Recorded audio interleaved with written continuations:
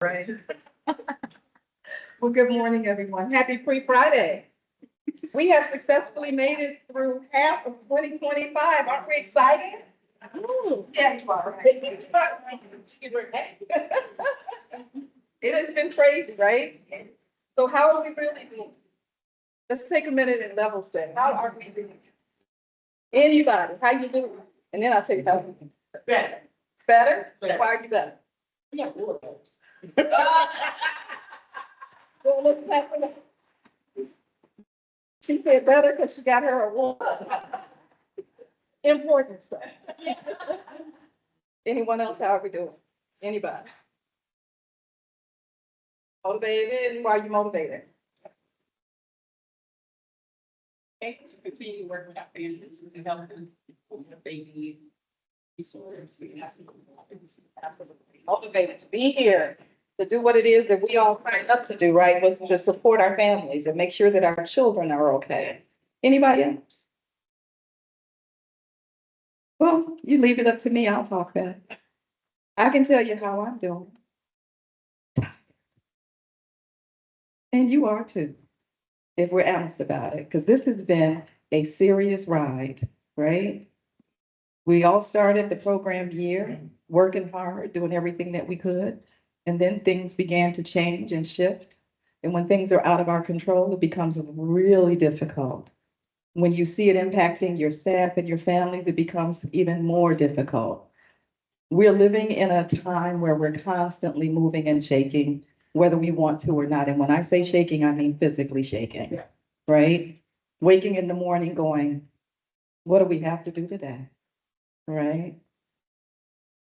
A lot of things are out of our control, but what is in our control is our own mindset. And we all need to stop for a moment. And I know I had to last week. We had Juneteenth. I took off that Friday and the Monday after. And I actually did take it off. Left my, she's not in here right now, right? I left my work phone at home. Had to check to see if my manager was in there. Had my personal phone with me, but still had my daughter with me. And I said, if they need something and they can't get me, they'll call you, then you tell me. But other than that, I need to rest my brain, right? How many of you have taken the time for yourself? Please do. You're needed. Each and every one of you, we need you. We need you in this work. We need you in this fight. And if we're not taking care of ourselves, we can't take care of others. You've all been on planes, and what do they tell you? Put what? Put the mask on yourself first, because if you don't, you can't help anybody else if you go down, right? And we are in this together, so all of us need to strap up and put our masks on, because it's not over yet, right? We're still waiting on what the federal budget's gonna look like. We're hearing all kinds of different pieces of information, some conflicting with others. But we don't know, and you won't know until you do know, meaning until the budget is signed.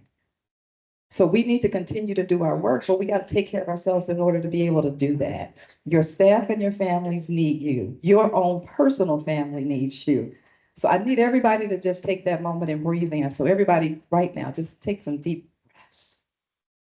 Take a moment and breathe in so that you can get through this time with us and then leave here and move into your day with your mind in a place where you're able to accomplish and deal with whatever you're working with and whatever's going to confront you.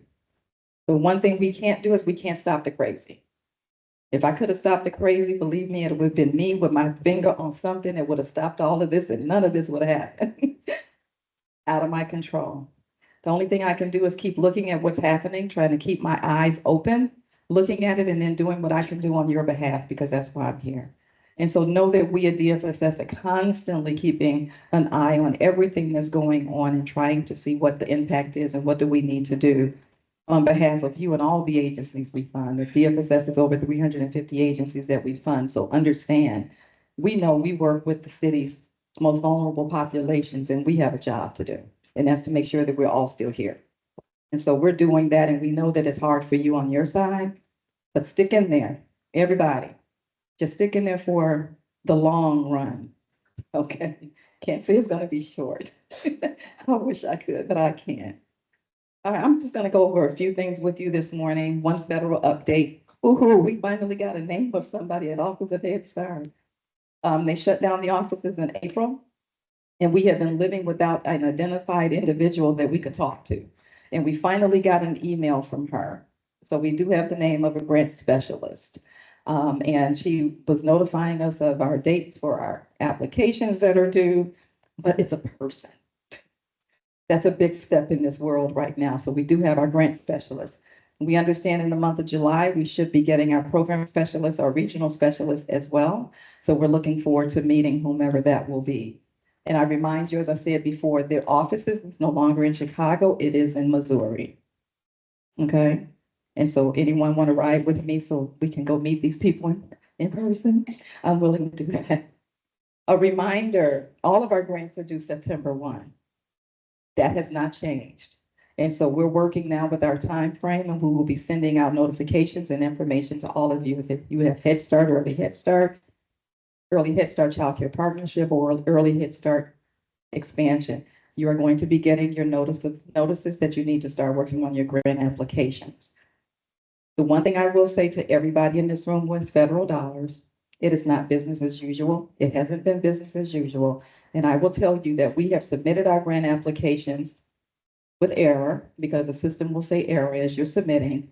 And then we say, well, they're going to tell us what we need to do next, so we're okay. I'm not going to live in that world because I don't trust it.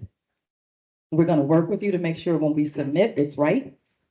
And we don't have to sit and worry and be concerned that someone who doesn't know City of Chicago, doesn't know any of you from Adam, right, is sitting on the other side receiving something and saying, it doesn't look right, because then we have left it in their hands to do what?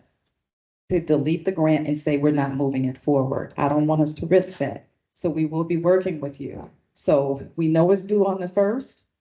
I'm not one to submit on the 1st. That's just a date in a computer. I want to submit it in August, because I want to make sure that we're not worried about technology going down and somebody frying a system from outer space and all of a sudden we can't submit. Worst case scenario. Anyway, don't want anything to happen, so I want to make sure that we get it in earlier.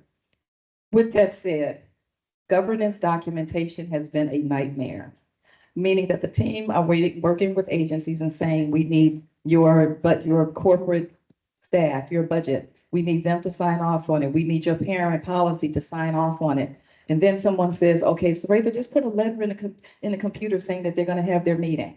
I'm not going to do that either, because I don't know the individuals on the other side well enough to know that they're going to accept that. So I need everyone right now to get your meetings scheduled, get your board meetings, get your policy meetings scheduled, so that you can get your documents to me by what date? What does it say up there for you? See, reading is fundamental. Yeah. By August 15th.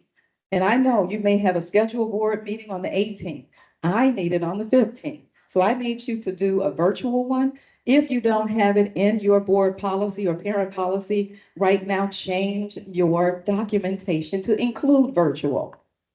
Okay, do everything you can to meet this date. I don't want us left out just because we didn't submit on time.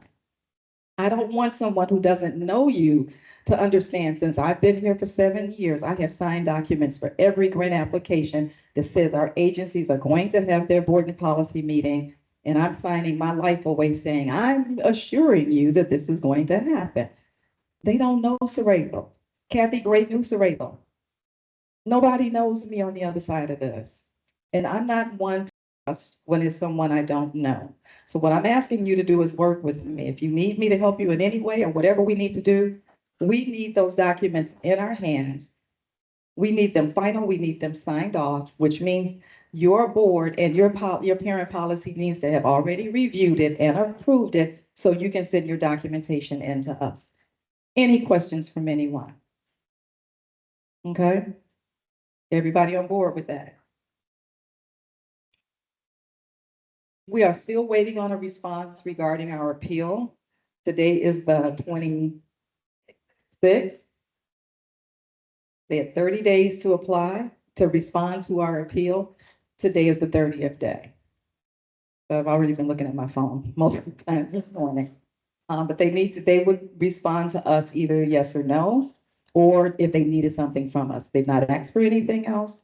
And so we are still within that 30-day window because the day just started. We know it's going to end later, and I'm hoping to have heard something. We did appeal the reductions because it was $14 million that was recaptured. What we're hoping is that we get all of it back. At minimum, we get some of it back, or that we still get to do our change of scope for our early Head Start Child Care Partnership. Documentation was sitting in HSES or Head Start Enterprise System when all of this occurred. If they allow us to do that, then that means we will be coming back to you as well. Any questions about that? Next slide.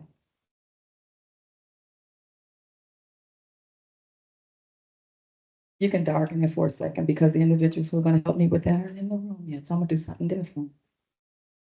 You always have to have a backup plan, right? How many of you are PFA PI? How many of you are struggling to get your budget stuff? How many of you understand what we're asking you for? How many of you don't understand what we're asking you for? Be honest, it's okay. Say, "So I don't know what you're talking about." So first of all, I want to apologize because we've sent documents to you multiple times trying to get it right. Because what we're asking you to do is to increase wages based on the percentage that we've identified for your organization. So we are going to talk a little bit about that. But the award letters did go out. That's a plus, right? But we still have to get through this process, and that's working with all of you to make sure that we're able to document everything. Please understand that I have a responsibility to office of the mayor. Mayor made a decision to award $7 million of corporate dollars to early learning. The only contractability that he had to do that was through DFSS Children's Services Division. As a result, you guys got $7 million, right? But getting it isn't the end of it, right? We have to document that it went out the door. So yes, we sent out the award letters. What's been the process? What are we doing with each group? But ... We are going to be tracking all of your information as well. One of the questions that we've asked is, are your salaries meeting? And we put some specific ones in there in the FAQ that we were looking for. For example, a Pell teacher, equivalent to CPS should be around $67,000. I'm not going to have anybody raise their hand to say yes or no, but we're looking to see, are the salaries there? If they're not, are you adding a COLA? If not, why not? And do not go off and do anything if you're not doing what we're asking you to do. Do not move forward with those dollars until you get an approval from me. If you want to do something different, use a portion of it for something different. We have a survey. You need to respond to the survey and you need to give me an idea of what you want to do. We need to then review that. We need to approve it before you move forward, because these dollars had a specific intent, and that was about wages for the workforce. And so we don't have the ability to step away and do something different unless everybody's making the wages. But I want to be clear what we mean by everybody. We're not just looking at your teachers. All staff charge to your budget. If you charge your maintenance staff to your PFA or PI budget, you need to be giving them an increase. If you have a family support staff, you need to be giving her or him an increase, right? It's all staff charged to the budget, not just teachers. Yes, we are looking at teacher salaries. We're doing that for two reasons. Number one, we need to raise wages, but number two, you guys are suffering out here and can't hire. And unless we begin to move the needle in the right direction, we understand that's going to constantly be an issue. So we're really trying to move us in that direction where we can stop struggling as we do. But we have to document the change. If I was making 57,000 and now I'm making 60, I need to be able to see that, because I have to go back to the mayor's office and say, what was the impact with these dollars? And I can't sit in a meeting and go, oh, it was great. They raised wages and thank you for the money. I have to do a report, right? So as my staff are coming back and forth and asking you for more data, it is because we have to ask you for that data. We have to get it right. We have to be responsive. So let me also add to that. In my looking at budgets, and thank you, Angel and team, for doing the work, But as I'm just every now and then glancing, what I'm finding are we have teachers in classrooms with CDAs on early childhood block grant. CDAs are not accountable on the early childhood block grant. CDA as a credential alone is not an accountable credential on your early childhood block grant. Now, if you have a third person in a classroom because you're doing what you can to grow your workforce, that's wonderful. But you do have to have the correct teacher and a teacher assistant. And that person can be a third with the CDA moving forward to getting an AA, et cetera, et cetera, et cetera. But what we can't do is fund classrooms with CDAs on the early childhood block grant. On the federal grant, yes, CDAs are a qualified credential. It is not on state. And I know you're blending funding and it gets confusing. But for this one, I'm going to have to document how many CDAs out there. But in my doing that, I also need to say that the classrooms are operating with qualified staff because we're also doing what? Giving you money for salaries. And salaries need to be attached to staff who are what? Qualified. Okay? Are there any questions about that that I can answer? Yes.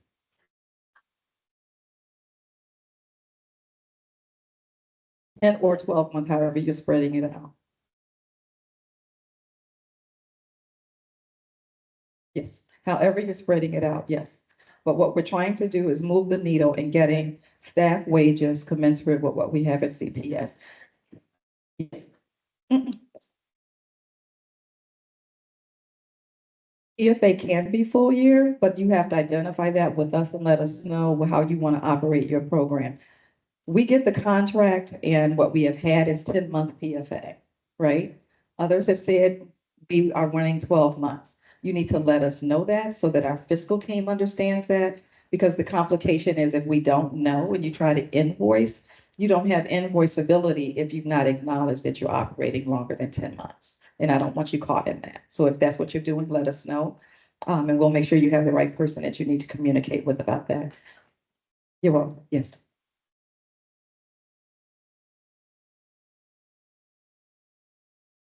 You can email me and I'll make sure and CC Angel on it, and we will let our fiscal team at DFSS know. Okay? Yes.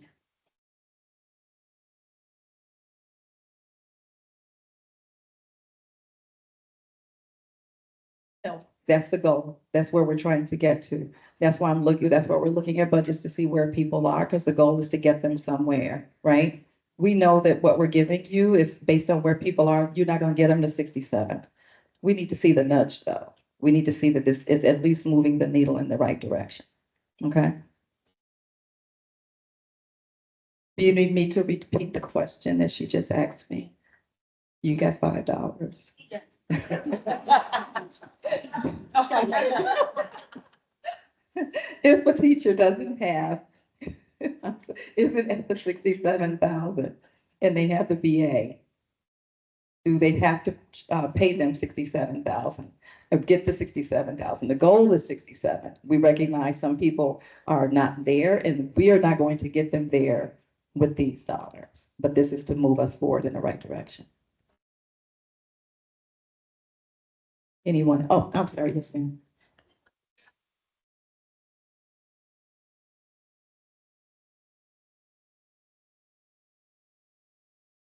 Neither one on the block grant, teacher or teacher assistant. CDA is not a qualified for credential for the early childhood block grant. If a person has a CDA and they have the required number of early childhood credits, then you can have that person in there as an assistant. But they can't just have a CDA standalone with no credits. And what I'm finding is CDA standalone and no early childhood credits, and it requires that they have, let me not say it off the top of my head, I'll be wrong. And it's being taped, not gonna do that. But it's listed and we can send that back out on the number of credits that teacher assistants have to have in order for them to be qualified to be in your classrooms. Okay? Anyone else? And we're not trying to make it hard for you. We're trying to make sure that you don't get caught in what's coming up, which I'm gonna talk about next, which is monitoring. Yes. Yep.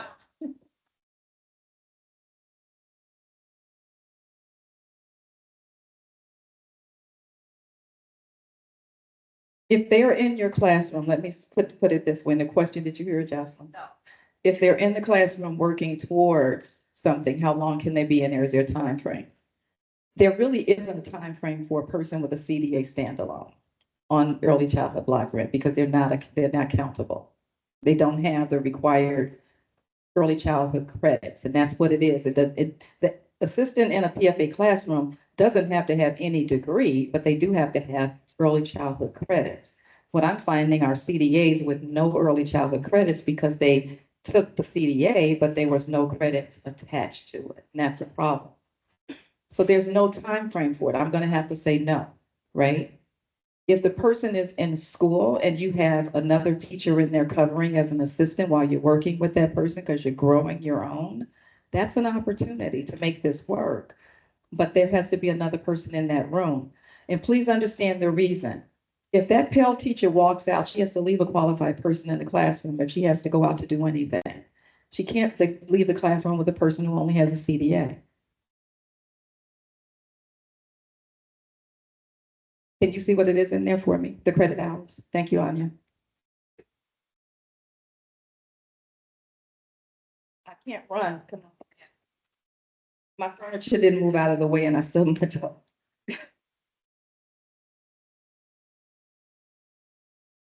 A teacher assistant in the PFA classroom, you need to have at least 60 college credit hours and with at least 15 being in ECE. And 15. And then 60 credit hours, of which 15 need to be at ECE. And then for your PI center base, the teacher needs to have a bachelor's with an IT 5. And the teacher assistant could have 30 college credit hours of which 15 needs to be in ECE. And that's coming directly from your IGA. She's not reading from cells or anything, although we duplicated that in our document. That's what's in the IGA. The reason I want to go over this is they're coming to do what? Monitor, okay? If I'm coming to monitor you and you have my PFA and I'm looking at your budget and you've been expending all your dollars, this is great. And then I ask you about the credentials of your staff. Am I going to say that you've expended your dollars appropriately if you paid CDAs with no credits? No, because your IGA says what? That they have to have 60 hours, of which 15 are in early childhood education. And I know we've been saying this, people, since 2019, and we've been trying to get at minimum. And now you're at the door where CPS, as they say in my email today, in collaboration with DFSS, are going to monitor you. And it's all about fiscal. It's about how you're utilizing your dollars. And this could be one of those issues that becomes an issue for you. All right? So if anybody's having problems with it, we need to talk. And I will tell you, I've looked at some budgets and, Angel's like, look at this one. I'm like, okay. CDA, okay, I'm trying to count the number of teachers. I'm trying to look down the line. Do I have enough assistant teachers? And last night, there was 3 teachers, 2 qualified assistants, and a person with a CDA. So one of the classrooms are what? Out of compliance. If you're monitoring, you're going to write up non-compliances, and this is a non-compliance. Okay? Are there any other questions about it? Because we've got to get this right. We got to get it right now, and we got to get it right before they come see you. Yes, ma'am. Anya, compliance for a home visitor.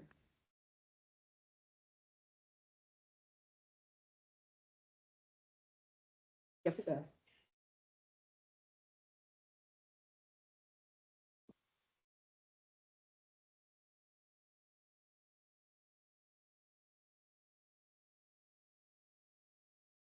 A bachelor's degree in family studies or equivalent. And then for home visiting supervisor, master's in social work or counseling or related degree with infantile or mental health certificate. That's for home visit. Okay. Yes.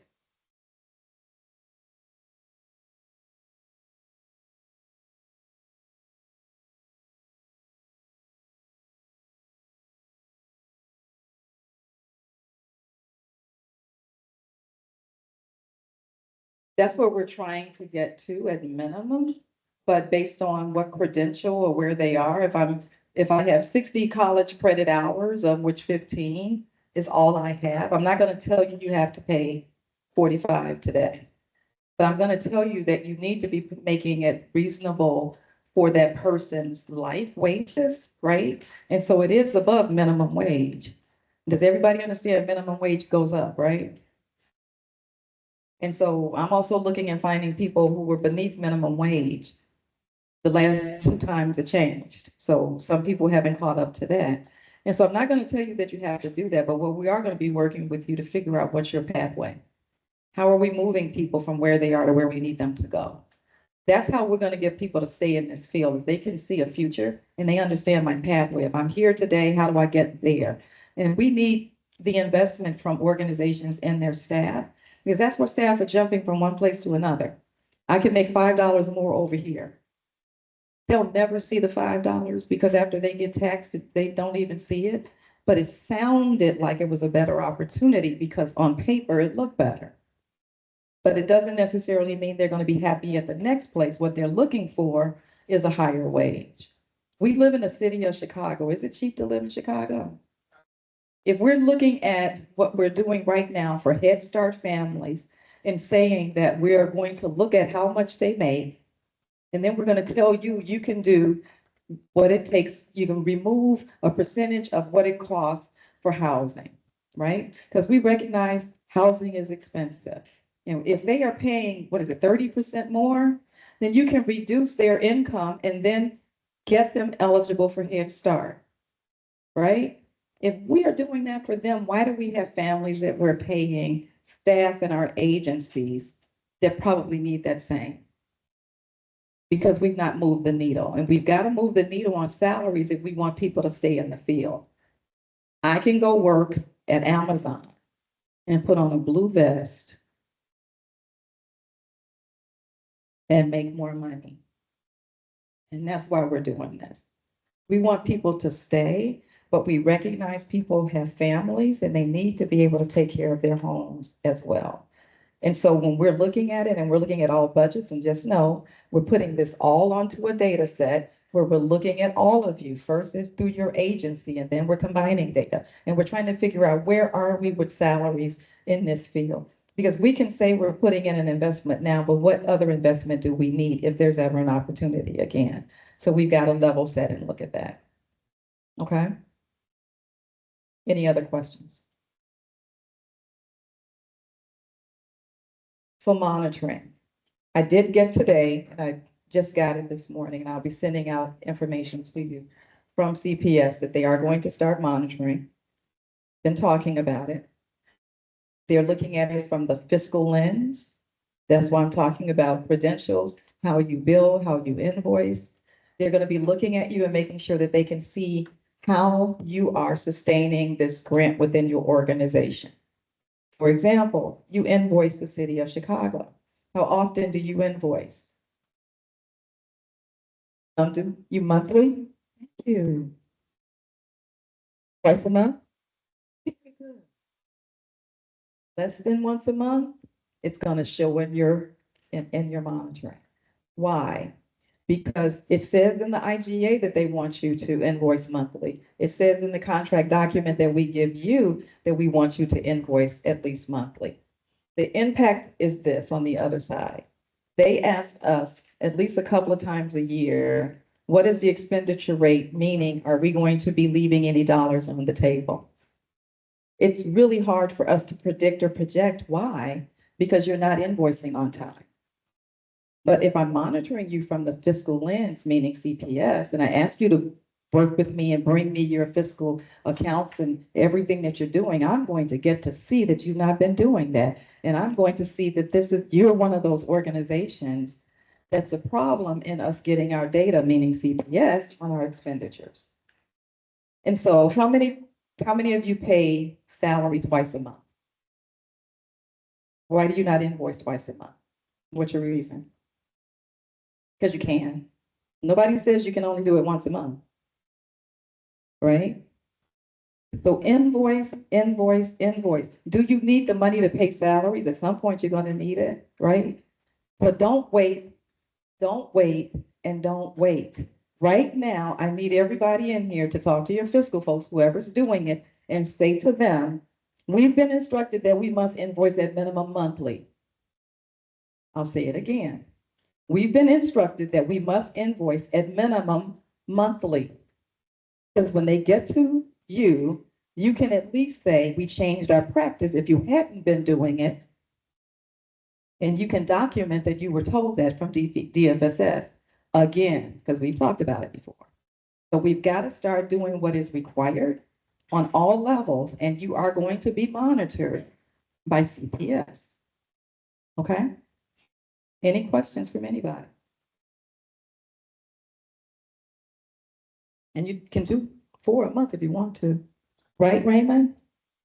Okay, you can invoice. Just invoice, people, just invoice. How many of you like receiving your money after you invoice? Right? Makes you happy, right? See, I want you to be happy often. Any other questions? Going once. Going twice. All right.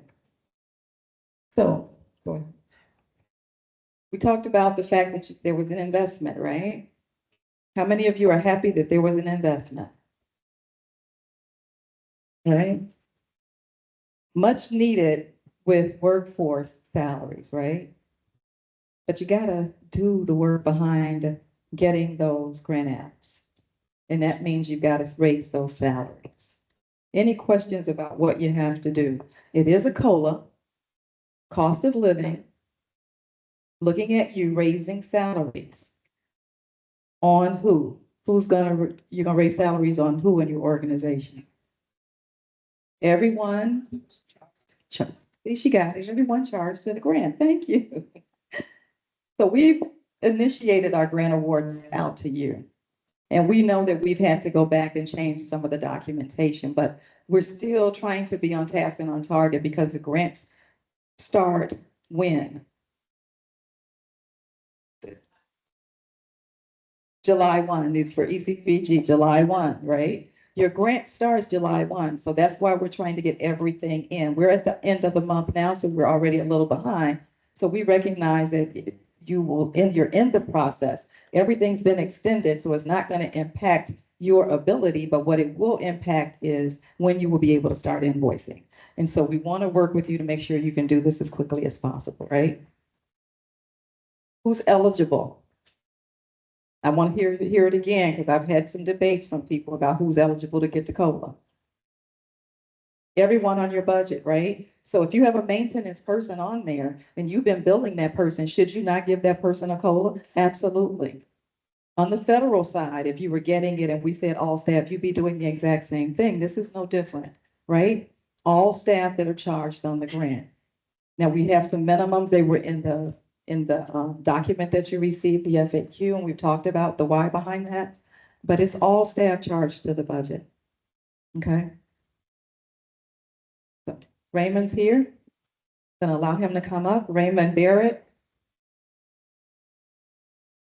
will introduce himself and his title and all that good stuff. Yeah, can everyone hear me? Hey, everyone, my name is Raymond Barrett. I'm the Managing Deputy Commissioner here at Family and Support Services. I used to be on the finance side, and prior to that, I was on the grant side. My apologies, I've never been to an EDPD meeting. There's a lot happening, and I know like Sir Rachel and team and the finance team, some of y'all probably know Nicole Roberts, Sharon Davis, they're great people. They're honestly a great team that you guys work with. I do want to do a quick just introduction to Mahita, who's our new Deputy Commissioner of Finance. So she's, yeah, definitely, get her contact info. She's not going to be there for like the day-to-day operations, to be honest, but she, and you guys do a great job of this, of like trying your best to not be in a position where payroll's an issue. But when you do, we obviously are aware of those and we try our best to help support, right, those processes. So she's someone that kind of helps facilitate that process with Nicole and Sharon. I do know that a lot of this conversation around the COLAs has kind of happened. I know we've had trainings. I know there's been a lot of one-on-ones, roundtables, etc. But I do just wanted to like, once again, reestablish how we got to it, because I can imagine when you all get award letters, you're like, how did we make the math? It really is like a basic concept of, we were introduced to a certain amount of money to increase salaries. We then applied it to the cost per child because as of right now, the only way we can increase awards is based off a cost per child. So that's just like how our structure works. So we increased the cost per child. We had everybody's budgets from last year. We saw everything that was in your 005 and 0044 line, which is your salaries and your fringes. We saw the changes. So when we increase your cost per child for your particular award, and we saw what that looked like money-wise, so let's say you got an extra $100. What does that look like when we put it only into salaries or fringe? Now, we recognize every agency is very different. I feel like I've looked at so many of y'all's budgets and I know way more information I probably should know about your agencies, but the long story is like everyone structures it very differently. So even though we have like general, like, this is what the average COLA is, it's very different for each of your organizations. And it's also very different for each of your staff and each of your payroll. Like, I'm not here to judge necessarily how much security or maintenance or teacher assistants or teachers that you have in your particular personnel line and how much percentage you're putting in there. That is like an autonomy that although we work with you on, you all are different, the voices of that. We just go based off the basic math. We take that increase, put it into personnel and fringe, right? If there is something that is really a challenge at your organization, that increase would have devastating impact, have that conversation, obviously, with Serathel and Angel. It is a case-by-case kind of basis. But it was really simple. We just took that increase. We said, okay, we're going to force it. And to be very honest, this is both new to us and not new to us.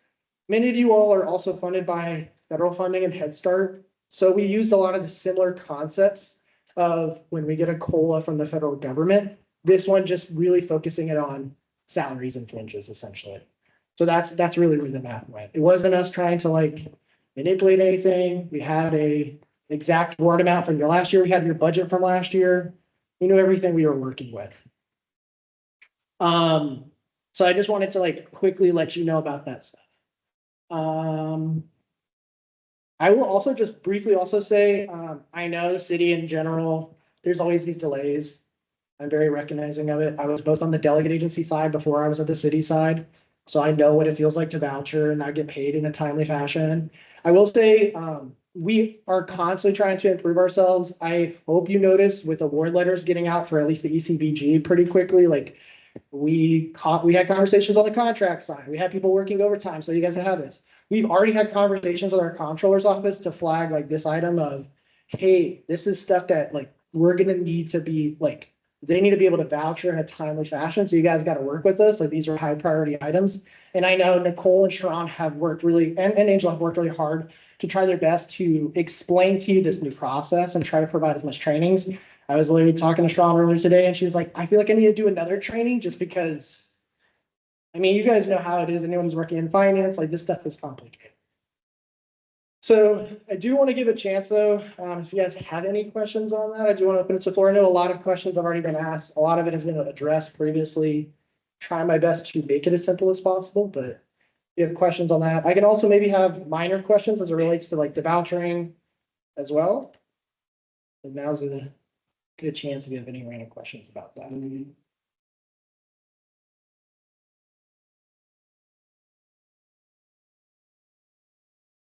Okay, I will just say as like a thing that'll come out soon is we typically also, for some of you, start the whole process for Head Start, early Head Start and all those application processes.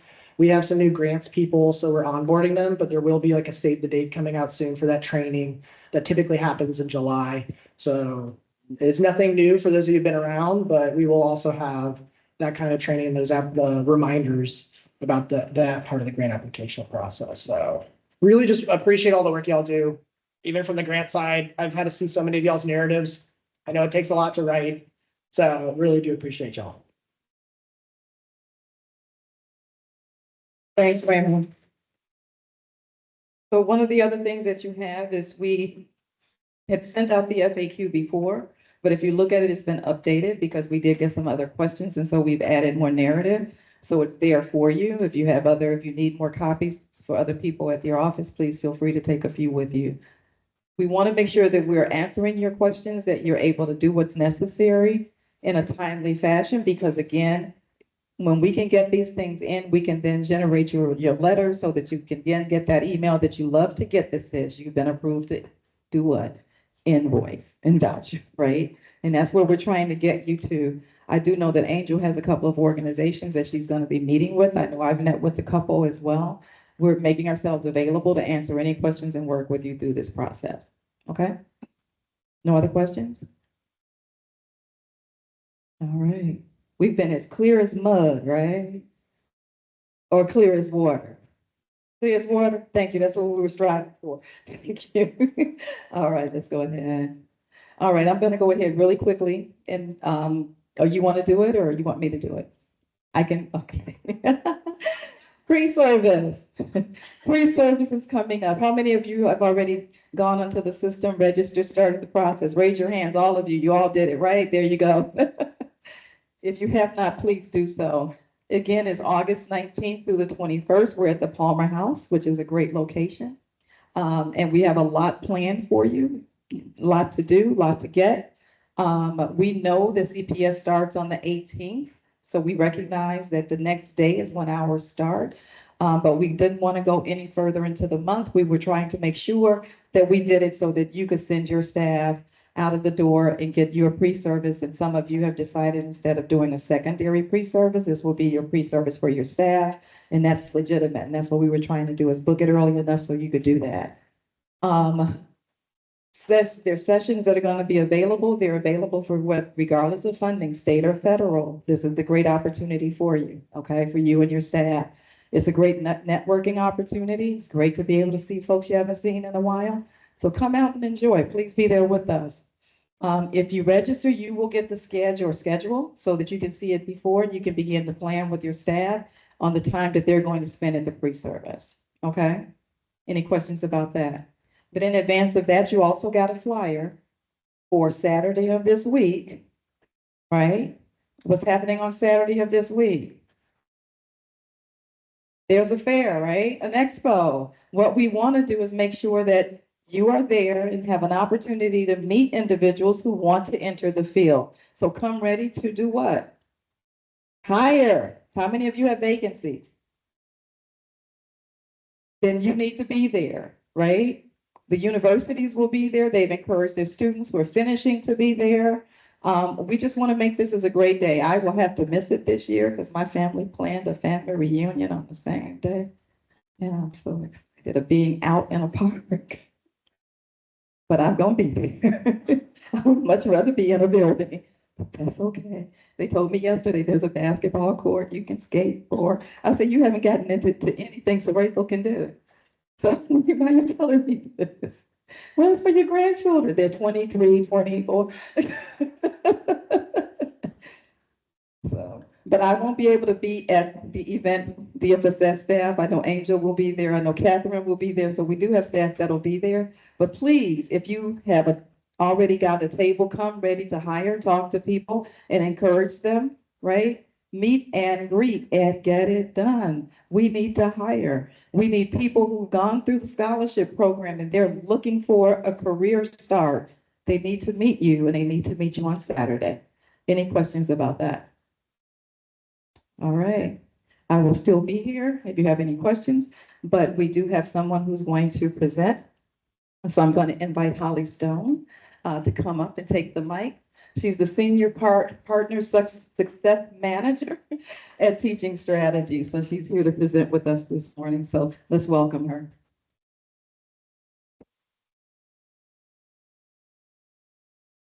Hello.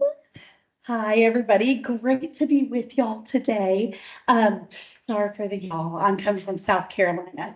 So I hear that y'alls are acceptable in Chicago.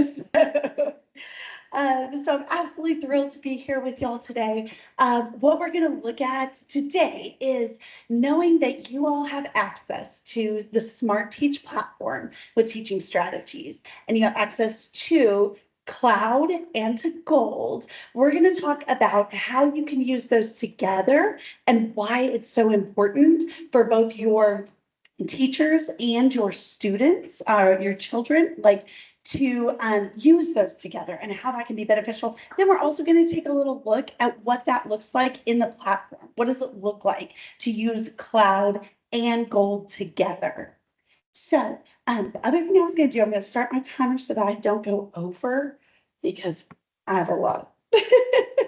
But I promise I won't take all the time. Okay, let's see here. There we go. All right, so looking at Gold and Creative Curriculum Cloud. You may be more familiar with one or the other, maybe neither, maybe both. But today we're going to look at both of them and how they really interact in what we call the ecosystem. So looking at, let's see here, let's go ahead and go to the next slide. Here we go. So the creative curriculum, this is the cloud aspect of things. When we talk about the cloud, we're looking at those digital tools for planning, for family communication that you see. Okay, to the next one. And the library, so that you have all of those printed resources available digitally also, so that you can either look at the printed resources or the library. There are also playlists that you can have that match the curriculum and can be sent out to families. And I would say, as I'm going through some of these things, and as in a moment, I'll be demoing kind of what it looks like the cloud and gold together. Know that I'm going to also send you to see where like our support portal is, because it's probably a lot of information. You may be like, whoa, this is a lot that we're going through. Or you may be well versed in it. But either way, I will definitely point you to where you can dive deeper or revisit any of these pieces. So know that this doesn't have to be like you have to know all of this today. And then also the ability to do two-way communication with families. If you're using the Smart Teach app and the Family app, you can do that two-way communication. It's like text messaging where you can send pictures and announcements and text messages to families through that two-way communication. So that's the cloud part. And then this is the gold part, which is the assessment piece. And so with the assessment, looking at capturing those observations in the moment, easy ability to take pictures or to even do a voice to text note as you're observing what students are doing. Also looking at, with the gold assessment, being able to really assess students at wherever they're at and look at what comes next in their development, whether they are within what we call widely held expectations, which means students in their age group or children in their age group have these kind of widely held expectations of where their development likely falls. But we know that there are students who might be below those widely held expectations or above those widely held expectations. And knowing that with gold, you can really find out where that child's skills and abilities fall and know what comes next for that child, regardless of whether they are, below, meeting, or exceeding those widely held expectations. And so this is a key part, deriving better learning outcomes and individualized instruction.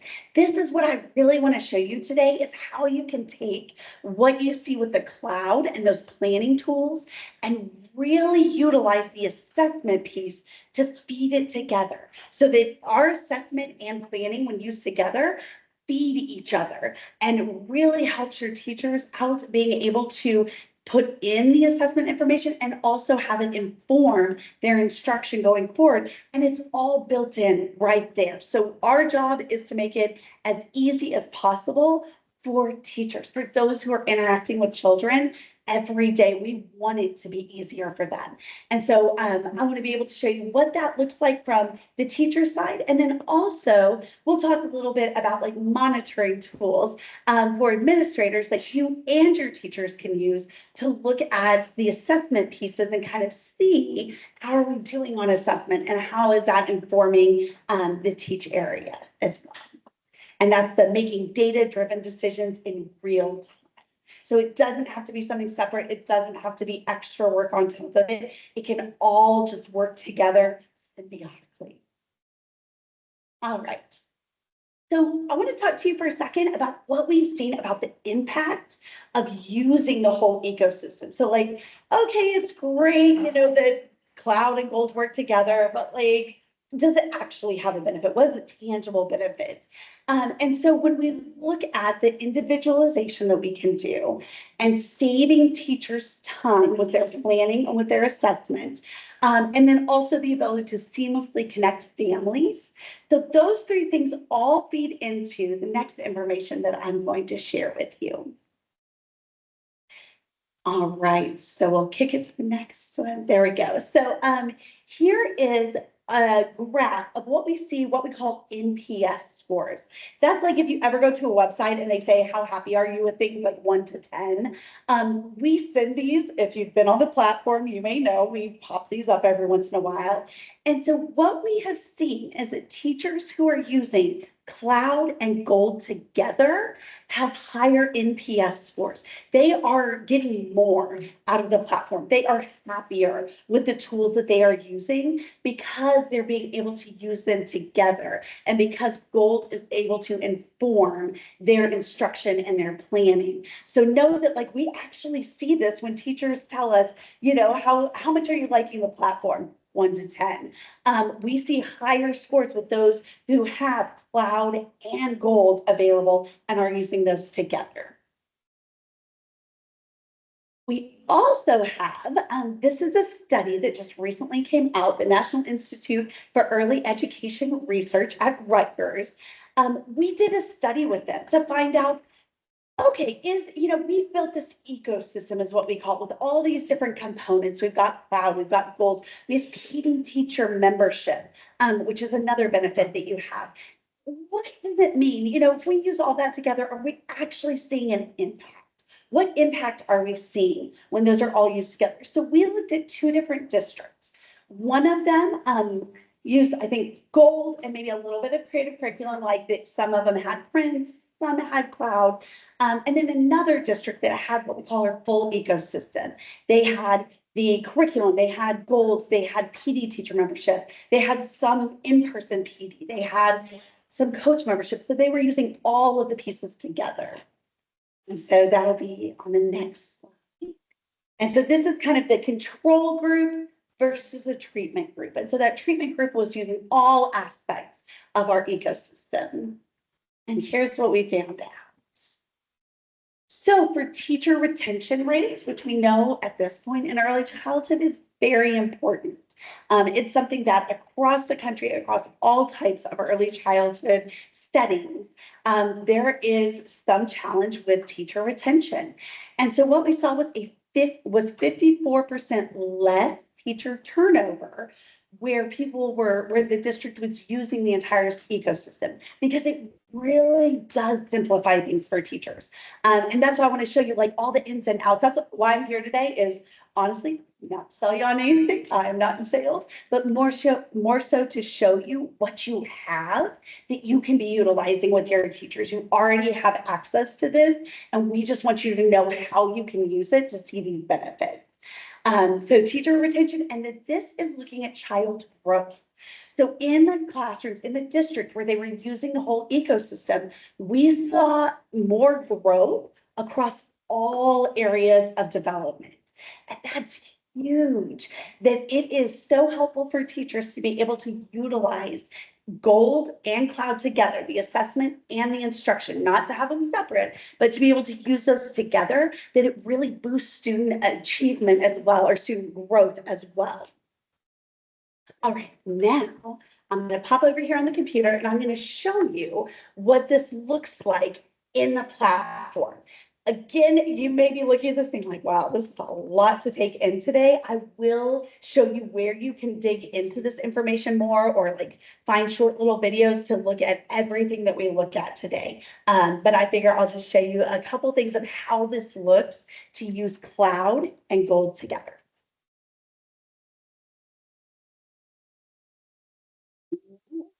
Not too close. Let me put it down. Okay. I got too close to the speaker. Okay, here we go. All right, so I'll be right here. There we go. All right, so a couple of things I want you to be able to see, and again, these may be things that you are familiar with or things that you have not seen yet. So this is our platform, Smart Teach. And so first, in the Teach area, if we look at something like a month view, you will see. Oh. Let me make sure it's, there we go.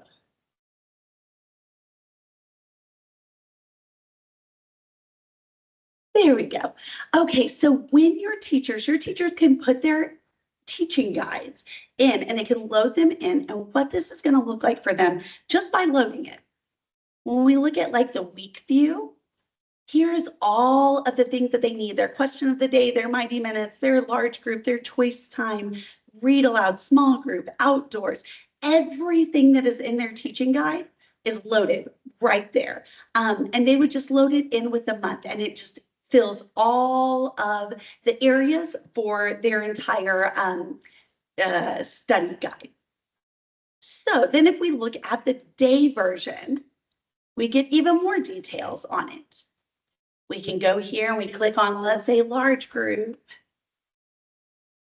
Here's our large group. And now we have everything that we see in the teaching guide. We've got our opening routine. We've got a link to our Mighty Minutes, so they can pull it up right there. We've got a little guiding our observations. It's super helpful with that use of gold and anecdotal notes. We've got some questions here.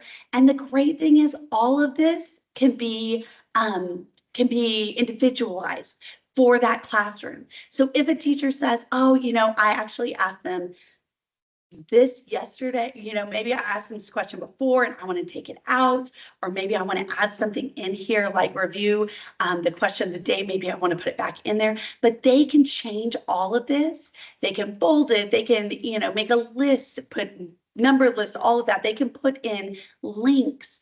They could, if we wanted to, with opening routine, maybe we have a certain Mighty Minute that we want, so they could add in a resource and we could go here to an intentional teaching experience or a Mighty Minute. Maybe they want to add in Riddle DD. Let's say that they want to add that in, and now it's linked right there.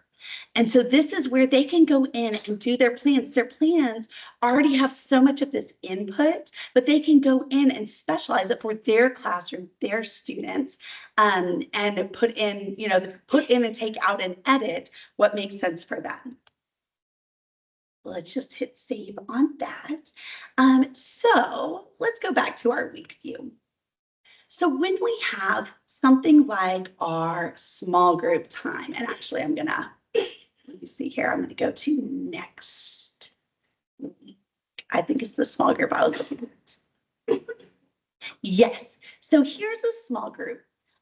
D is for Dora. It's ITELL 48. So it is a literacy language-based intentional teaching experience for that small group.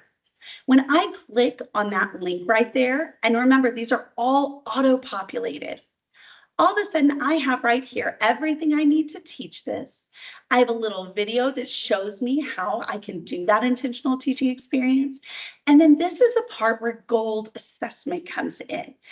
Based on my last assessment of these students, it's going to populate in here what level that student's skills and abilities are with the lead objective, which is 16A identifies letters. And so the last time that I assessed these students and put in information in gold, this is where their abilities were at. And because of that, I now know when I meet with Natasha and Sam, here's a prompt that I can use that meets them where they are at with their current skills and abilities and will help them grow to that next level of understanding. Same with then I look here and all of these students have populated where their current abilities are and a prompt that will help me take them to their next level of ability and understanding. And then my other student down here. So we've got, so that autofill. So that is one case where you see your previous assessments inform in real time so that you can differentiate and individualize for these students without having to do anything other than putting in your observational assessments. The other piece here that's connected to assessment, if I toggle over to assess, I now have between 3 and 5 objectives that I can assess during this intentional teaching experience. Of course, my lead objective 16A, that's about letter identification, and it has this guiding question: how many letters did the child identify by sight? Was the child able to match the correct letters?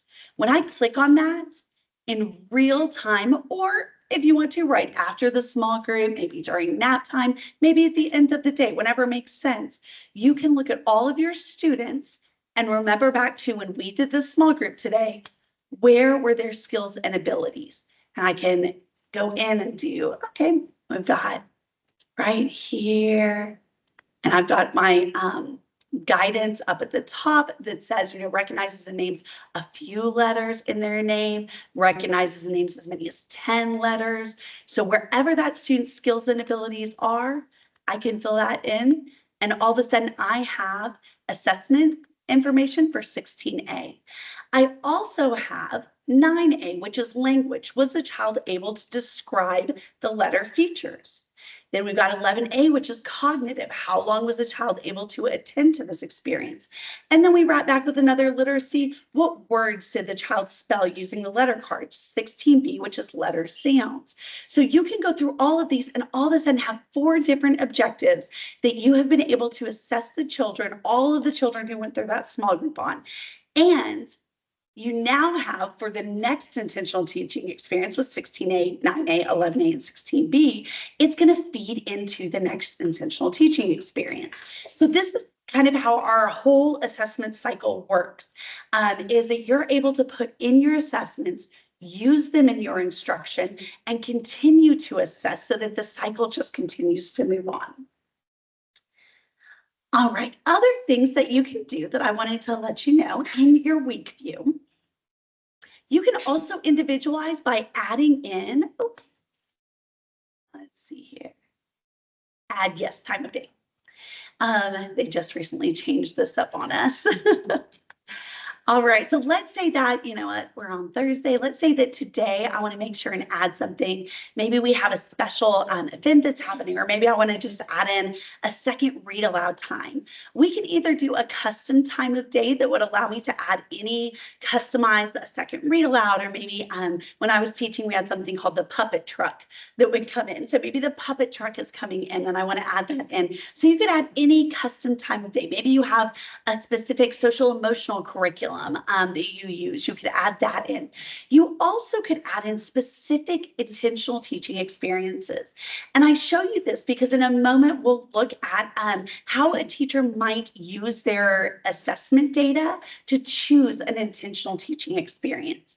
But if I was putting an intentional teaching experience in, I could even go over here to my objectives and dimensions, and I can filter by specific objectives and dimensions. Let's say that I really want to make sure that let's say 15B, notices and discriminates alliteration. Maybe that's something that I really want to focus on with my students. And if I hit apply, all of a sudden I have the intentional teaching experiences right here that have 15B as their lead objective that they're focusing on right here. And then this shared writing, the lead objective is 17B, but 15B is also assessed in shared writing. And so then I can go in and I can add those to my plan.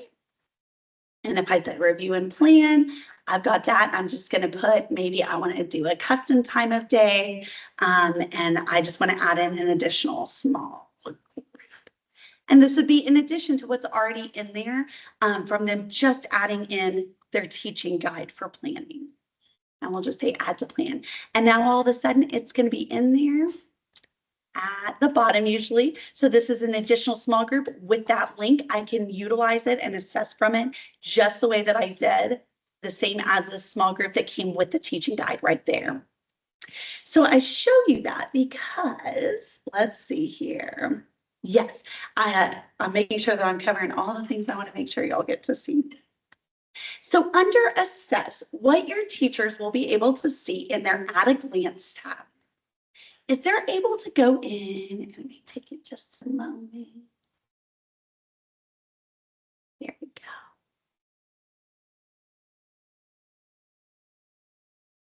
they're able to go in and see what documentation and assessment they've already collected and what is maybe an area that they haven't yet assessed or observed.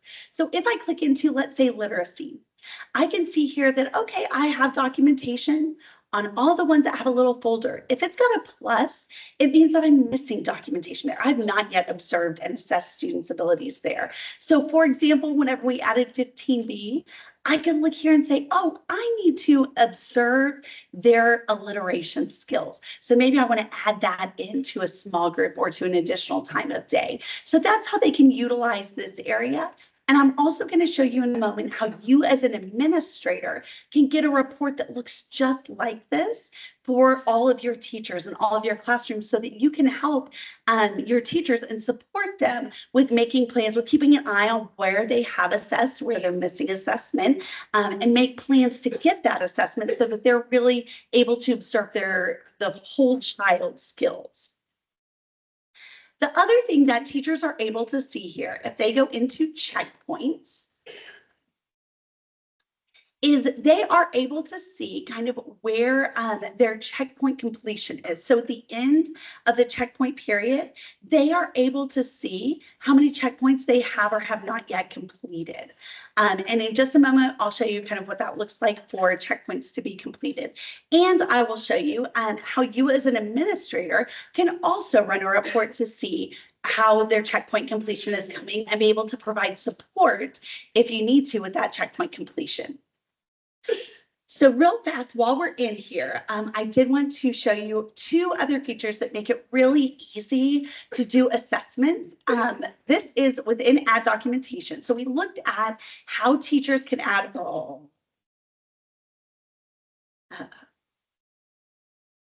let me see if it'll reset for me. Come on. Oh, of course. Okay, well, what I will tell you, I'll describe it to you. When they add documentation, we do have a new feature that is called Smart Suggestions. If you refresh the page. Let me try refreshing. If y'all have been in Smart Teach much, you know, it kind of gets fussy sometimes. All right, let's see. Good, thank you. All right, okay. This is even better because I can actually just show you what it looks like. Okay, so in here, let me put this down so I can type real fast. Okay, so let me put here, Bella.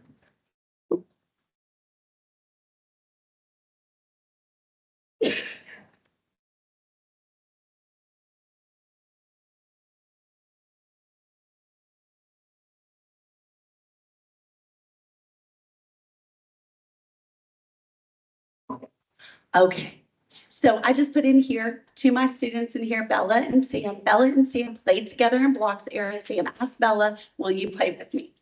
All right, I got my date here. Here is a little button you may or may not know about called Evaluate with Smart Suggestions. So if you click on that, it'll pop up and say, oh, I see that you said Bella and Sam. A teacher can always go in and X that out if they're like, oh, I just wanted documentation for Sam for this. I didn't need documentation for Bella. They can always exit out. They also pulled a couple of objectives and dimensions based on what I typed in there. Interacts with peers, makes friends. So I can apply those suggestions or I can X out of any of them. I can also go in if I say, you know what, I also want some language in there. Let's see here, because I have how Sam asked Bella, will you play with me? That's, you know, speaking clearly, that's one of our objectives. And so you can add in there as well. So that right there, this Evaluate with Smart Suggestions can really save teachers time as they're inputting documentation, because we know it can be a time involved process. And so we want to make it as easy as possible. So that's one of our Smart Suggestions. The other one that I wanted to show you is around checkpoints. So when you get to the checkpoint time, kind of end of checkpoint, and you've got your documentation in there, I have all of my documentation in here for physical. I have Smart Suggestions for checkpoints. And that means that I've gone in and I have documentation available for objectives 4, 5, 6, 7A, and 7B. And so when I click on here, let me see here. and I start my checkpoints. Right here, I have this SMART suggestion. If I have multiple pieces of documentation, it'll give me a SMART suggestion based on all those pieces of documentation. If I have put in documentation, which is the hard work, that's the hard work of it, then I have these SMART suggestions and a teacher can always change it. Like if a teacher goes, oh, you know what, that piece of documentation was right here. But that was one time that I know that Natasha's skills and abilities over the whole checkpoint period have actually fallen more in this level 5 than level 6. Teachers are always in control. They always have control of this, but we do try and make it easier for them when we can. And so if I hit save and close, it tells me that I've got 9 SMART suggestions that'll be saved, plus the one that I changed. I do save and continue. And all of a sudden, my checkpoints for 4 are done. If I look, I can look here, and if I did save and continue or changed any of those, then all of a sudden my checkpoints for 5 are done. So if your teachers are putting in their documentation, this will really help them come checkpoint time to finish their checkpoints out. All right, so those are the features within the website that I wanted to show you. And we'll kick back to the PowerPoint now so that I can talk to you about a couple reports that you can run, because we've kind of looked at what it looks like on the teacher side. And then this will be reports that you can run as an administrator to support your teachers.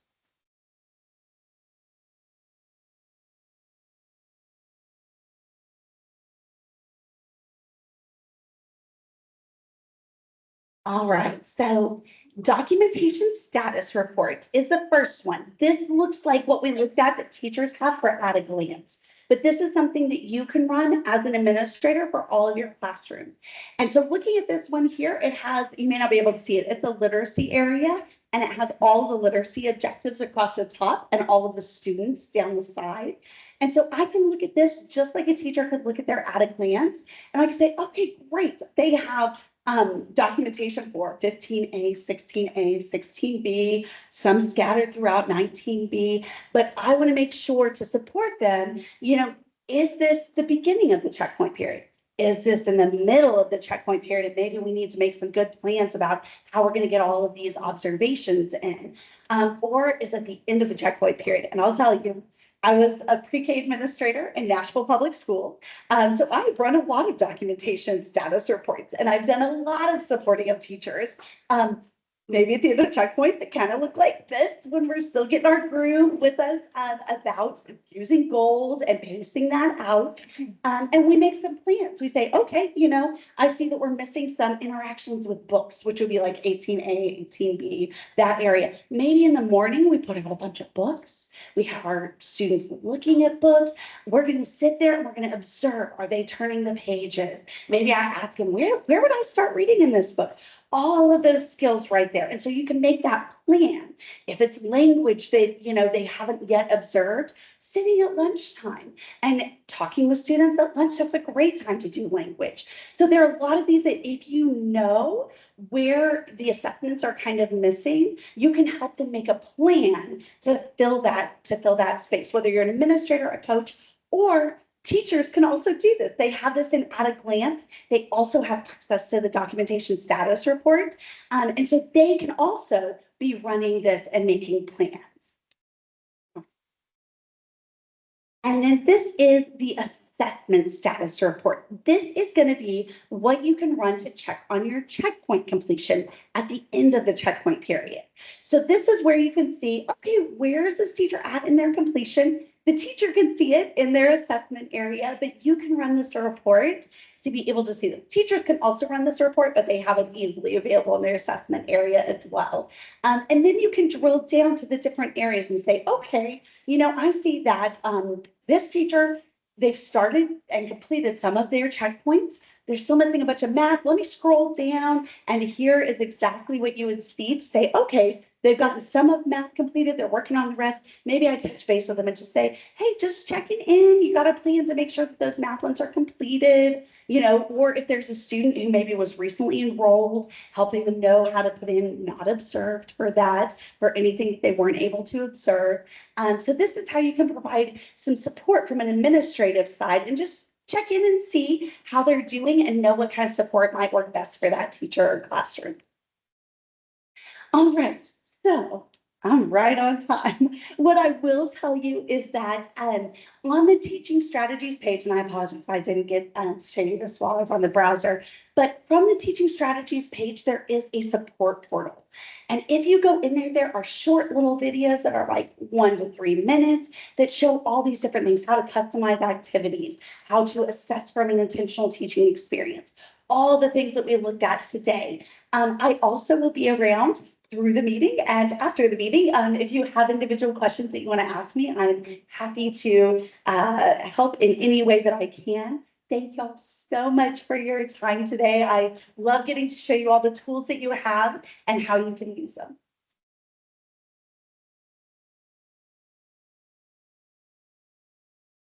Go back to the slide. At the percentages. Explain those who use the system and use coding.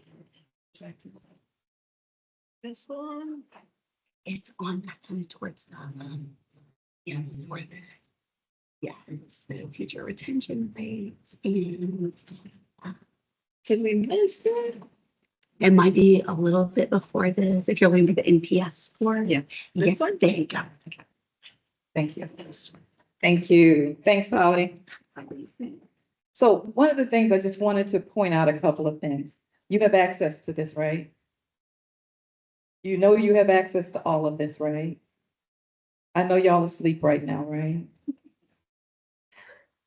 But we initiated the cloud in COVID because you were locked away and we were still working with children. It never went away.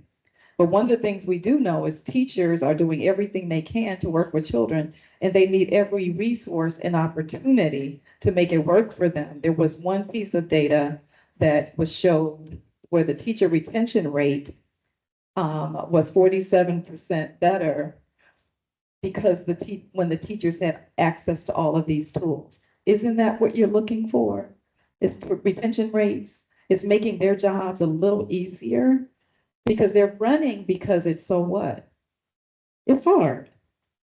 We know that if we've planned and we have enough activities and we're meeting children at their needs and at their level, we can get them to persist. But if we haven't planned, we know what the day is like. Because the children will take over and it will be their classroom instead of your teachers. And I say that in all honesty because teachers are trying, but the children are assessing the teachers and saying, you know, this is a great opportunity for me to just let loose because she's not prepared for me today. And they do it in some cases just to test the waters.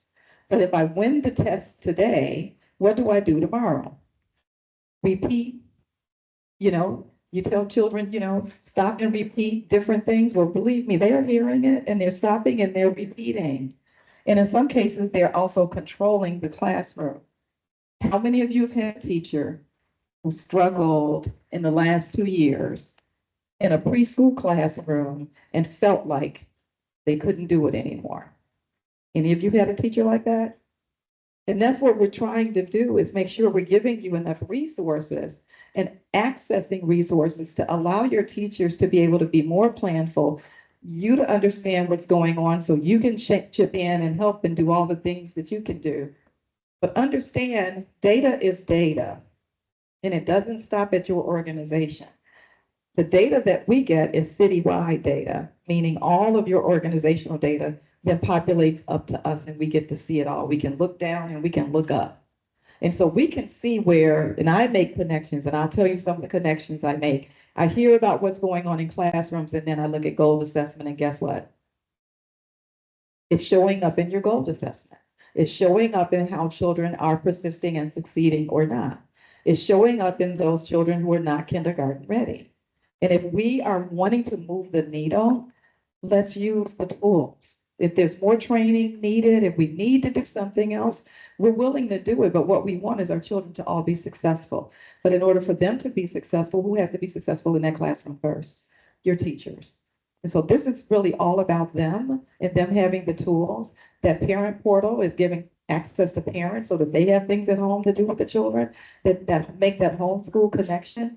And so we know it's robust, but if we're not using it, it can be as robust as they want, and we're not getting the outcome that we want. But when you look at teacher retention being impacted by this, it's hard to push back on it. Because we know what we're going through right now with teachers leaving.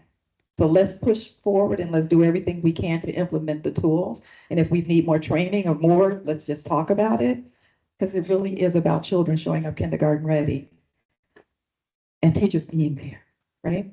Any questions that you have of Holly?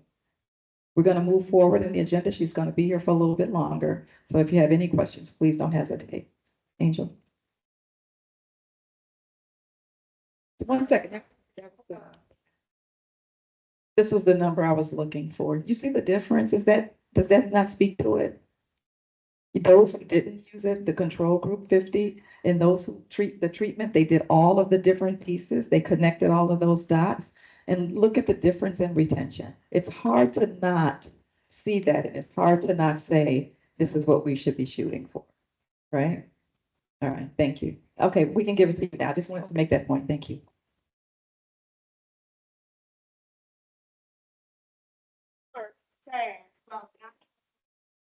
Any envelopes for the past couple months about the utilization.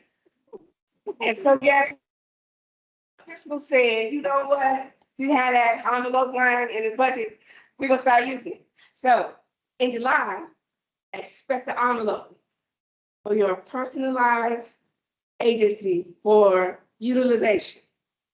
Finance comes up all the time and they give us this beautiful presentation. And then you're like, well, where do I fit in that? Don't worry, I got you. It's gonna make sense next month. Something that's important, switch the slide. For my ECBG agencies, you guys have turned in budgets. I'm reviewing budgets. I am then requesting to meet with you via Teams after the review. Yep, Miss Davis back there, she told me I could take it. Yes, that's why I'm up. Oh, sorry. Yes. That's why I'm up here. So, every day my goal is to do 10 after my SSTs, review it, because I noticed one thing last year that you guys said, and so I'm making sure this year we don't do it again. Y'all don't want that back and forth. Ask me in one email, everything you need, and then I'll give it to you. Got you. I'm sending one email and ask for a Teams call. How about that? Just so you know. So every morning, try to look for, oh, did I get an email from Angel? And she asked, can she meet with me next week? That's to be expected and on the horizon. And it's really just so that, I don't know if you guys remember me saying this before, but they pay me to help you. Like, that's my job. That's what I actually love my job. So I'm here and I want to make myself available to you. I know that we've had some issues with the COLA sheet. Guess what? I got a dummy sheet that I worked on based on some of you all's budgets.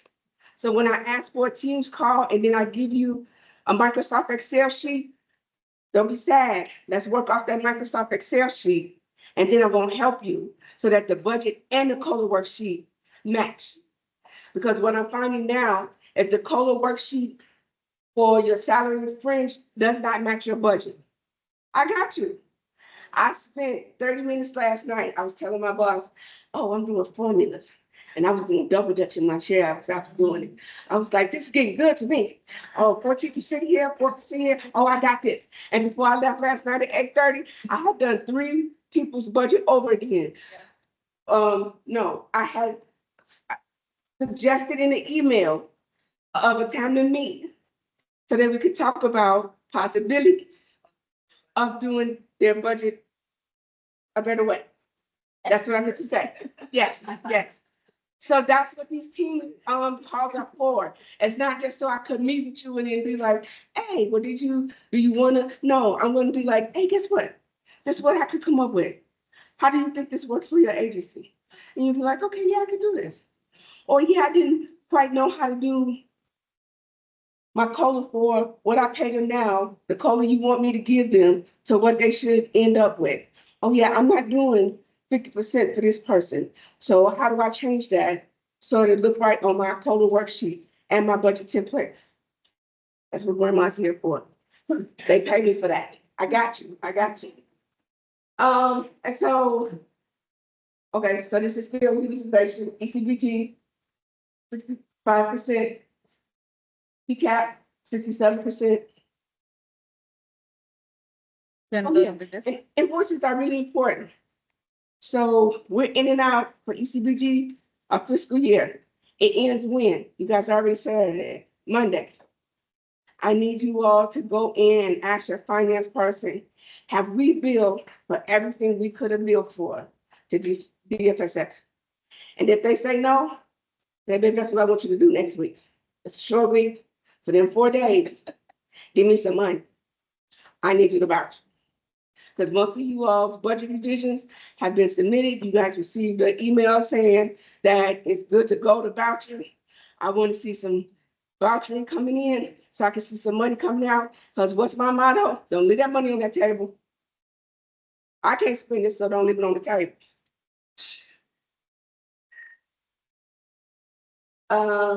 FY25 childcare, please submit revised January through May 2025. Billing is due by Monday, June 30th. June billing is due Wednesday, July 9th. And it's final. No revisions accepted. So you know we're gonna go into the budget season, right? So DFS is trying to get all their invoices and vouchering in so they can say, this is how we closing out, so they can start new and be hollering at the auditor's office during the budget season. FY26 childcare award letter should be coming mid-July. Oh my God, you all, okay, that's this on me. Anybody that has doula in here, it's coming out. I know it starts July 1st. The EA is going in, don't lie, but it will be in by next week. So those contracts are coming forth as well. FY26, PIPFA, initial budgets and code worksheets were due back on the 16th. Please contact me. If you have any questions or concerns, or you just really want to go through the budget with somebody that's willing to help you. And this is a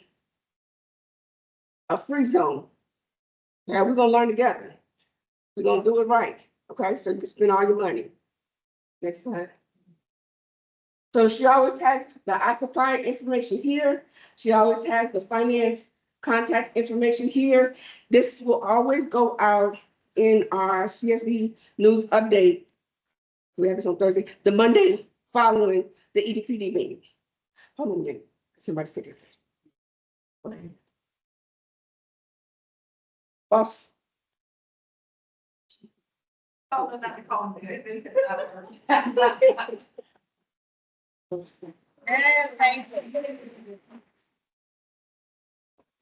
So, any questions about anything? So you saw the 67% for ECBG expenditure. That does not include those who've gotten budget revision notifications that you've not done all your invoicing.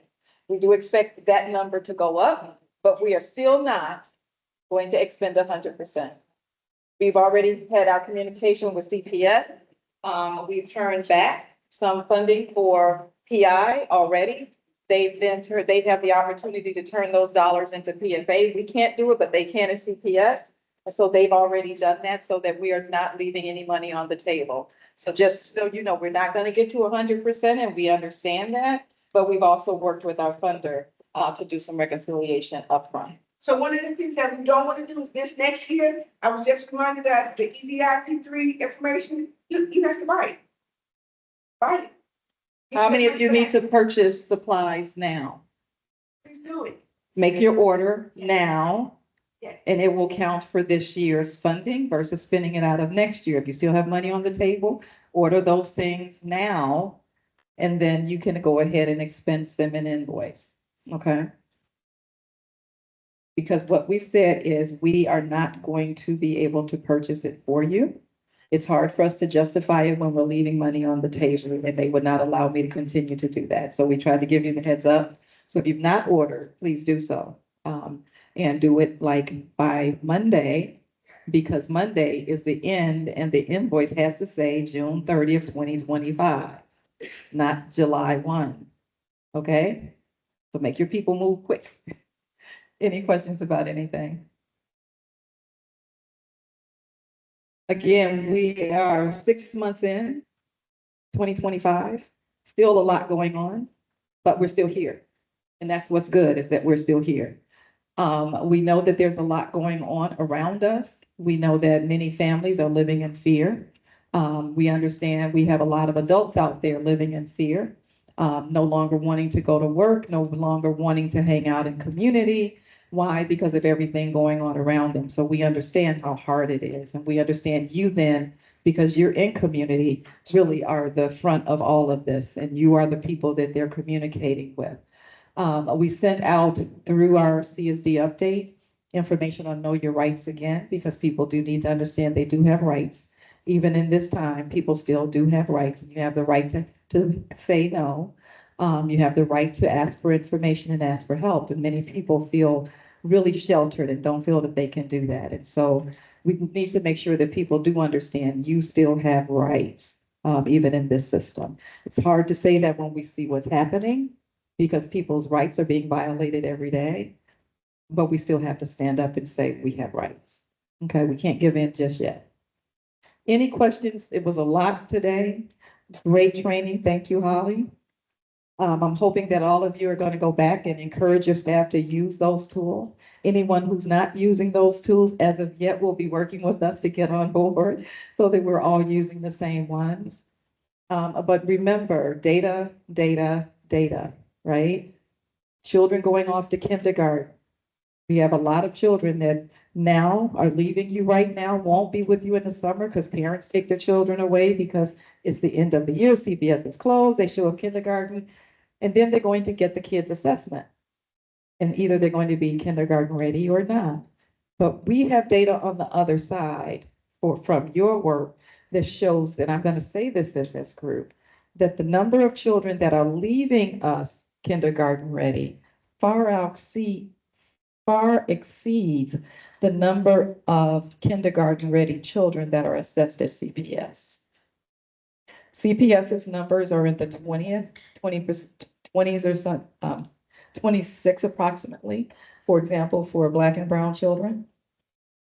Ours show up at 85%. You are doing the work. You guys are doing the work. So all I'm asking you to do is just continue to do what you're doing, continue to use what we're offering. If we need to offer something else, tell us, because we're willing. But make sure that you're there for those individuals who are leading those classrooms and giving them the support and resources that they need. And that's what this was all about today, is to make sure that they have access. We're here. We're going to continue to support you through these times, because I can't tell you what the next 6 months are going to be like. I can tell you what the last 6 months were like. Can't tell you what's going to happen. But we're here with you. We're here to support. Like I say to my staff all the time, we don't operate anybody's program, but we fund a lot of programs. And we want to make sure that you're getting what you need and that your families are getting what they need. And that those of you in this room are taking care of yourself so you can help them do what they need. So again, thank you. I know it's a lot to spend the time in these meetings, but we're glad that you were here. Yes, ma'am. Our numbers, I can send it. I can send it out to you because I put it on a graph because I like doing that. Yeah. I like doing that. Somebody looked at, are you sure? I took it from the kids' data. And then I took it from my overall report that I got from teaching strategies, and I just put them next to each other because it's different, right? And we recognize that there's a lot of children in kindergarten. I'm not arguing with that, but we've been trying to get that kindergarten ready score up in Chicago for the last however many years. And just one thing that you guys should note, remember how you do observations 3 times in a year, and kids was done within the 45th day? They changed their system to do observations similar to yours because they recognize the age of children that they're working with, and that they need to not just do it in the 45th day, that it's continuous. So thank you for letting them know that these are early learning children and they deserve better. So thank you. Couldn't get them to come back over to teaching strategies, but we got them to change their methodology. So, but I will send it to you. Anyone else? Enjoy the rest of your day. Stay as cool as you possibly can. Avoid the traffic downtown. They're putting up everything for NASCAR. Some people had a really hard time getting around it this morning, so take care and stay safe, everyone.